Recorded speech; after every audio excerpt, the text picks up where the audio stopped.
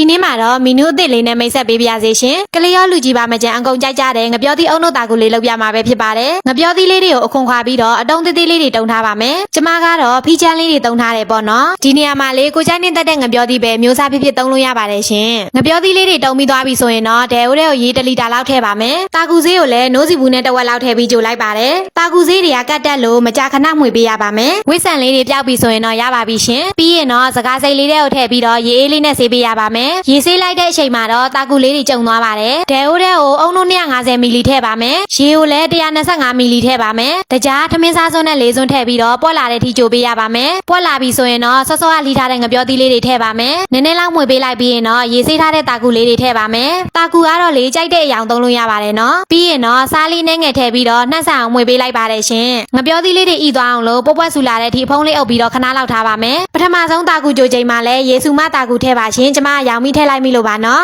ကဲခုဆိုရင်တော့အရန်အောင်မစားလို့ကောင်းတဲ့ငပြောသီးအုံတို့တာကူပေါင်းလေးရပါပြီရှင်